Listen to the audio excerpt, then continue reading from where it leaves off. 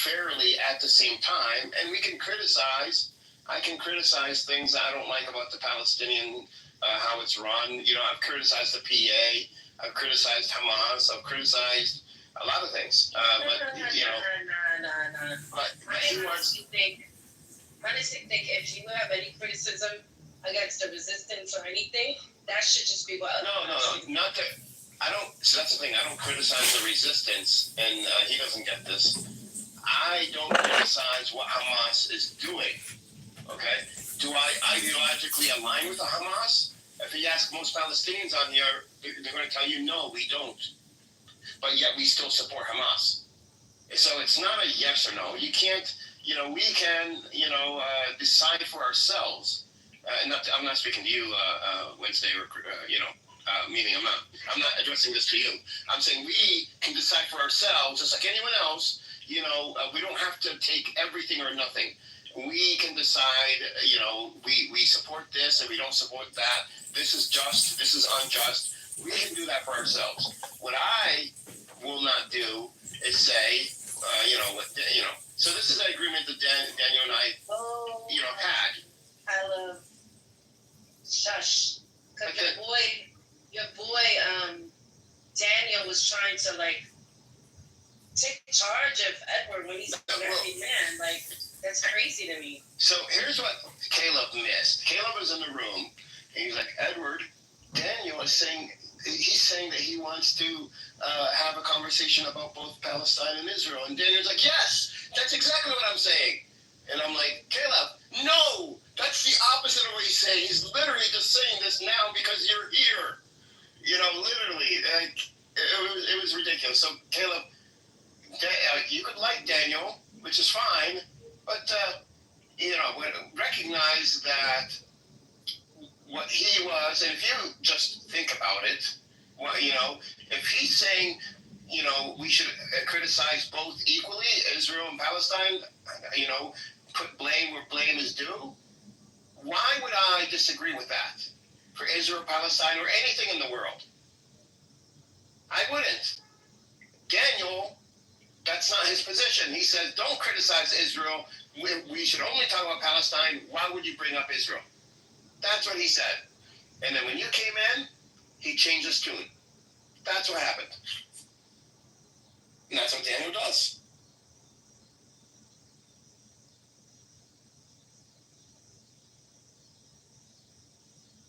I'm sure everybody has heard. So he wants you to criticize Palestinians in my room, and while he's sitting in the audience and drinking his popcorn and soda. That's what he wants. Yes. And he wants to do that,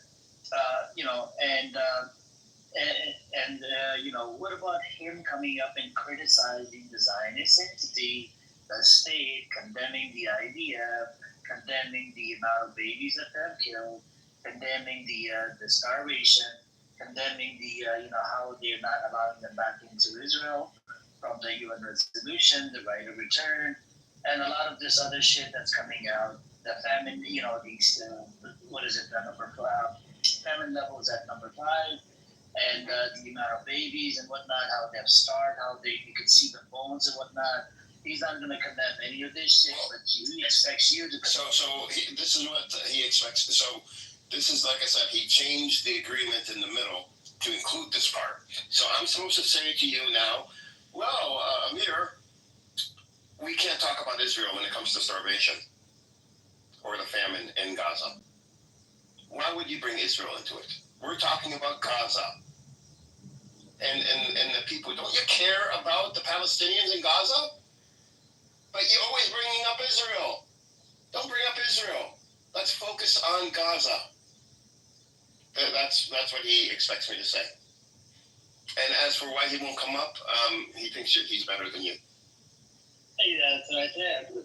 He thinks he's better than me, and he loves you. He wants you. No, he doesn't love me. Trust me, he hates me. He does. He loves you. It's a wife. You never seen a wife curse out her husband? Amir, if you heard how he absolutely hates me. He hates me. That's why. He hates, today,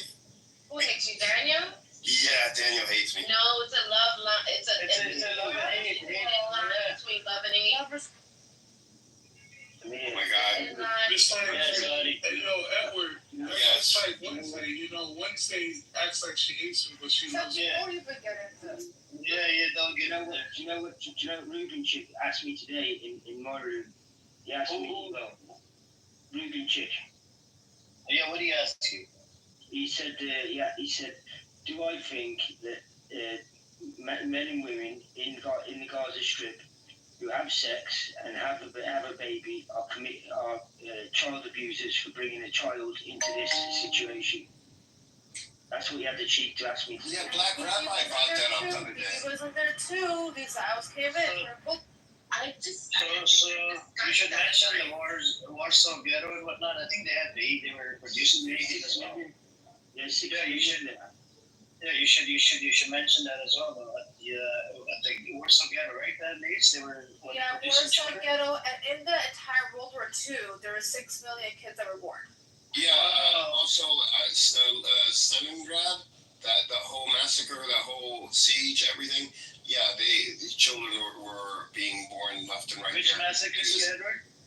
I said massacre. Well, I mean, massacre was a part of it. Stalingrad, the Russian siege. I think it was on the Germans and some other group. It was in the middle of dead winter. Millions of people, and they had babies. And this is something that throughout history, and it has been studied, that when a population is put under a stressful situation, they tend to have more children in response. Edward, they were sitting there, and there's one breath telling me there wasn't a situation going on in Gaza, and then the second breath asking me if there's child abuse going on for bringing the child into that situation. So they were. Well, I mean, have you gotten because children are being born in Gaza, therefore it can't be a genocide argument yet? No, I haven't given that one. As if they take responsibility for the birth of children. But Edward, aren't they indirectly admitting that there's atrocities occurring? They're still heinous within Gaza, right? Yeah, They that's directly admitted that, right? By saying that statement. that was my point. Yeah, that's true. That's true. I don't know if Israelis are actually saying now that war crimes have not been committed. I mean, I've read into multiple Zionists that have said on here that they're not going to they admit that war crimes are being committed, but they fall short of genocide. They won't say the word genocide, but they say. Which ones have they? I don't remember. I don't want to misquote either. But the standard war crimes that we talk about. Obviously, things have gone wrong. Hey, can you bring up Rabbi Khaled, please? It's open. Anybody can come up. It's open. I got Ruben Chick to admit that We don't need to raise it. Nobody needs to send any invites. the Netanyahu government was wrong in what they were doing. He admitted that in the end. He said that for all intents and purposes, if Benjamin Netanyahu went, he wouldn't mind at all, because it's not all about the government, because he doesn't agree with the government at all, but he agrees with Israel getting larger and more stronger and more powerful. But he doesn't agree with the government. Well, I think Caliph is accusing Edward of lying in the chat about what Daniel said. Yeah, And, sure. Caliph, if you have the balls, come up, unmute and come up yourself, and you can have a conversation with Edward. And I've said this to Caleb earlier with Daniel there, and I said, Caleb, he's not saying. He's saying this now in front of you. He was not saying this before. He absolutely switched, took the opposite position, which was my position, by the way, and made it his when you showed up. And I said this to Caleb in Amos's room, and I'm saying it now. So, Caleb, this is my position. And Caleb, you did make comments about, which I would like to talk to you about, my suggestion of Scandinavian nations, because they're smaller they would be easier to work with for Palestinians to build a nation, and you said that they would not get involved. And I want to know if you have anything to back that up with, or do you have anything to say about that? I disagree with that. I think the Scandinavian nations would want to get involved in helping to build a Palestinian economy and a Palestinian government. Yeah, I want to hear Rabbi Caleb's interpretation of what happened. Yeah, you can feel free to come up. I'll mute up because he said I always interrupt. So go ahead, Caleb. I will mute up if you want to come up. Yeah, come on, Rav.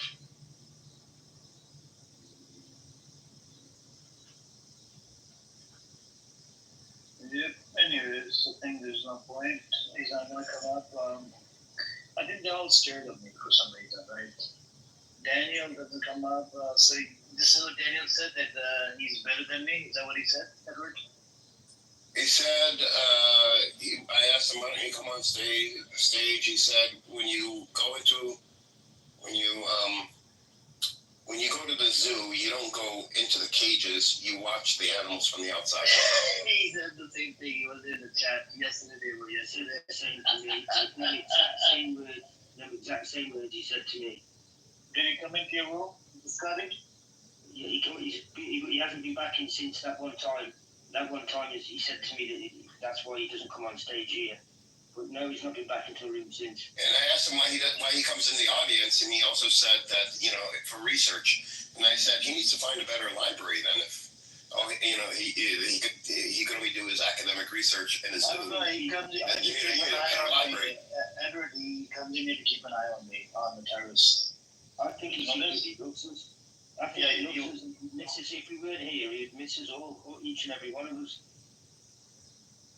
I think they used to go into his rooms, right, to debate, and a lot of people stopped going in there because of the way they get treated in their rooms. And they're never intellectually dishonest.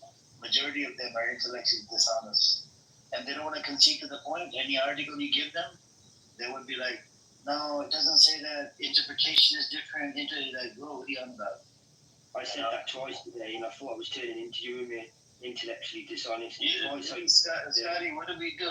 This is a problem. We have the truth on our side, and the articles coming out of their sources supports our truth. But when you present it to them, they become intellectually dishonest. They want to deny. No. And they can't even call us the anti-Semitic media because we're not using Al Jazeera. We use the Times of Israel or Haaretz, or you can use Jerusalem Post. You mean Haaretz? That's what I'm going with. Exactly why they don't like coming up there. Because you fact check it, you check everything you say with facts, with their sources, and they don't like it.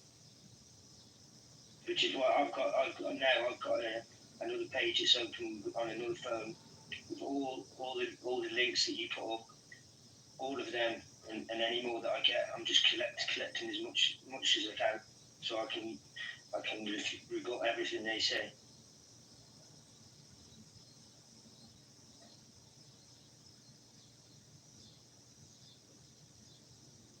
The problem that we have with them is they don't ever read the full article. They'll take one line out of something, like how long.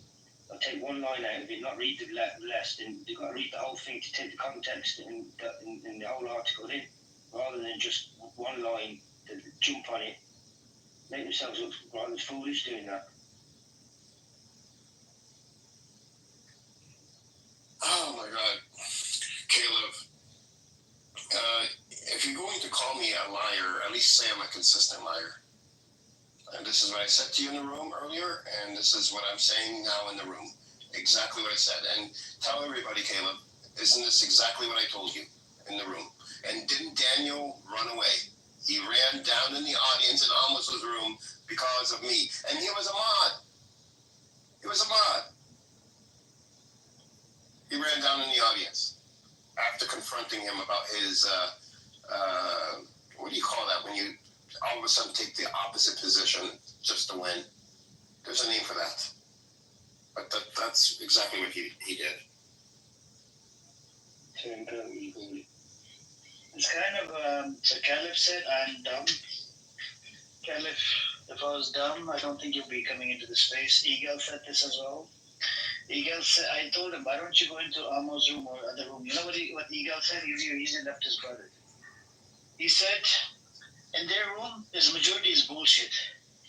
In my room, it's less bullshit. More facts and more data. But in their room, is nothing but fucking bullshit.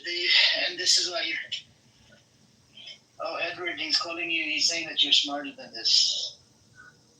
Okay. At least I thought you were. Oh my God. Caleb, I don't know why it's so hard for you and me to communicate. You're older than him, man. Give him cut him a slack. No, I mean, I don't know why we can't communicate, successfully here and understand each other. This is I'm complicated. taking your side, Edward. See, even though we don't like each other. See, I'm taking your side. Caleb, cut him a slack. I mean, Caleb was in the room, so Caleb, you were there when I brought this up to your attention. Okay, you were there, and it makes sense. Why would I argue to not include Israel, for example? Take the opposite position that Daniel supposedly was taken, and saying when it comes to starvation and everything that's happening in Gaza, I would argue no. Well, let's keep Israel out of it. Why would I argue that position? You came in and you even said, Edward, he's saying the same thing you're saying. And I said, Caleb, he's saying it now in front of you. He changed his position. That wasn't what he was saying. Why can't you? Why? Because he's Jewish and I'm not, so you take his word? Come on.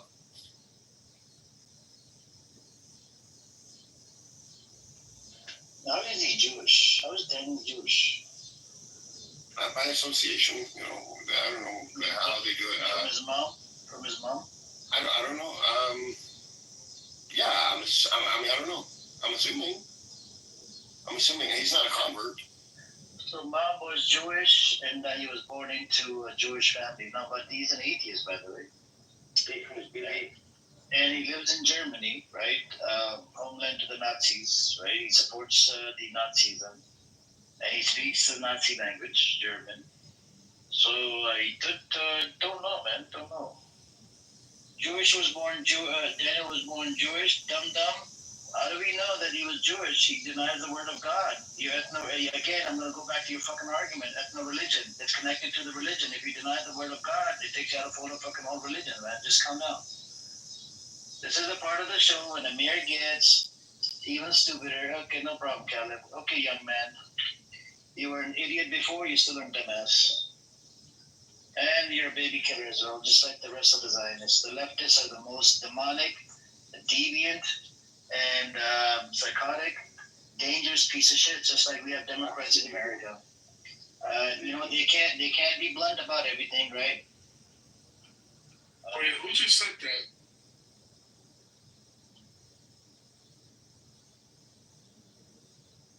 Yo, man, who just said that? Somebody said death to America. Who said that instead?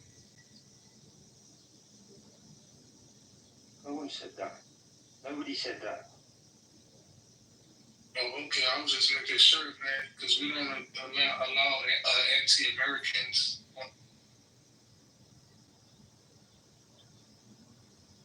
Yeah, well, no one said that. Not one person said that. I never heard it. Did anyone else hear that? Say it again. Did anyone else hear death to Americans on said on stage just then? No. Thank you very much. Why, is somebody saying that? That's what I just heard. I just heard that, man. And I was about to go in. No. But I'm going to let it slide. Nobody said that. No. Nobody said that. Back to Americans? No. I mean, him speaking, and I said absolutely.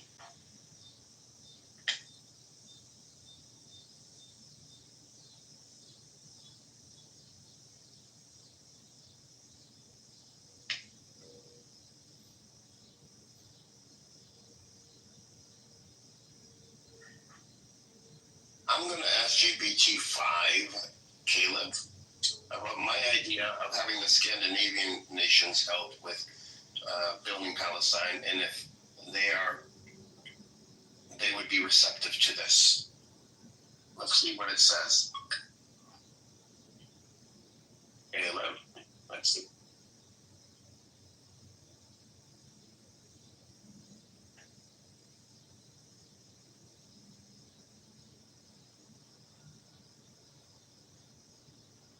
It says Scandinavian countries. Wow.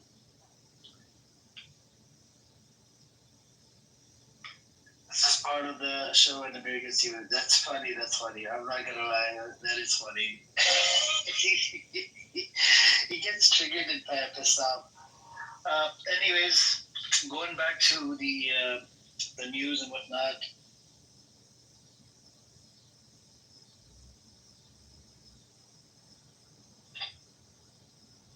Can you guys hear me? Yeah. Chucky, what were you saying, Chucky? That somebody said that to America? Who said So it? it sounded like, I think it was Kelly. nah, he doesn't come off as anti-American. He came up and then he went back down really quick. He did a drive-by. You know how people do drive-bys? They come in really quick and then they say it and then they go back down. Okay. Yeah, Edward. One thing I will say about your plan about Scandinavian countries is they're not doing too well financially. Yeah, we don't need. I mean, we're not asking them for money. The reason I'm saying, not just Scandinavia, I would put Belgium from Europe, Switzerland, and Luxembourg and Ireland in there too. The reason is because of their size. They're smaller nations with modern economies and modern governance. And I'm afraid if we use larger nations, that because Palestine is so small, that we would be swallowed up with their bureaucracy. If that makes any sense. Ireland would be a good choice because there's a lot of room there, and their economy is quite good. Yeah, but again, like I said, it's not that we are taking that they would be giving us money. I'm saying helping to build, like having Irish people, Norwegians, Swedish, what do you call it, Denmark? Dutch?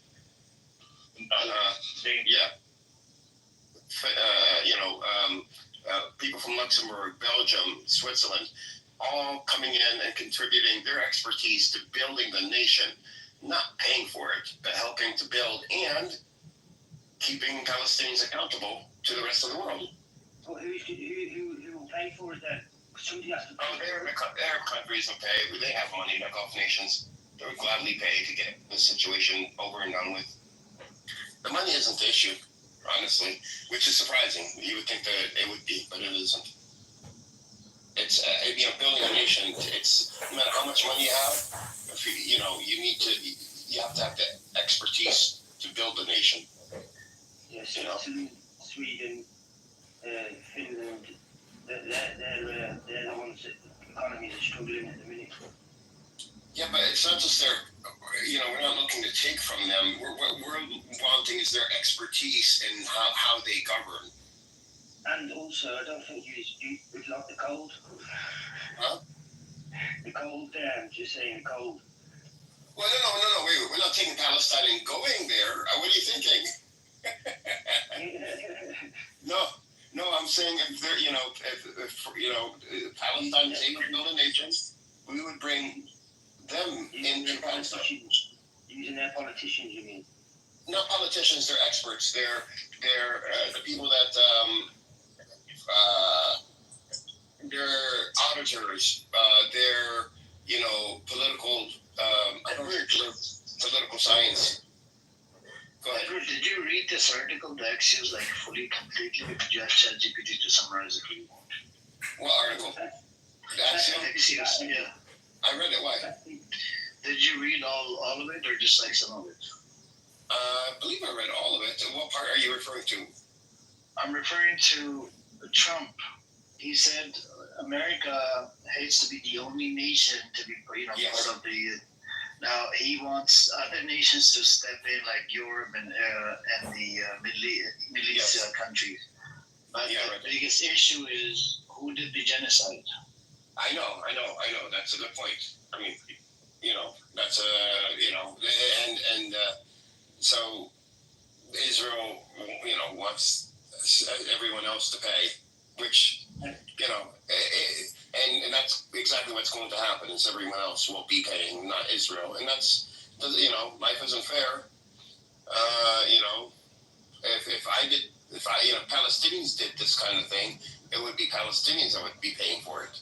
Any other nation, they would have to be paying for it. And Scotland would be a good one for that, because our government was formed and we didn't have a government before 1997. In 1997, we formed a government. Now they've overtook being probably the best government in the whole of the United Kingdom. The SNP, Scottish Nationalist Party. We never even had one politician. We had politicians in Westminster, but we didn't have any politicians up in Scotland. Now we've got our own Parliament building. Now we've got our own politicians with the largest party up there, the Scottish Nationalist Party, and we've overtook our GDP. We've grown it massively. We're the second biggest contributor to the union.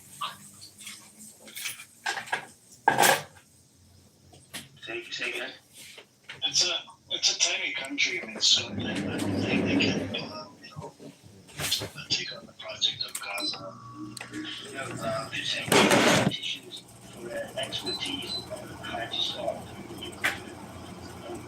what aims to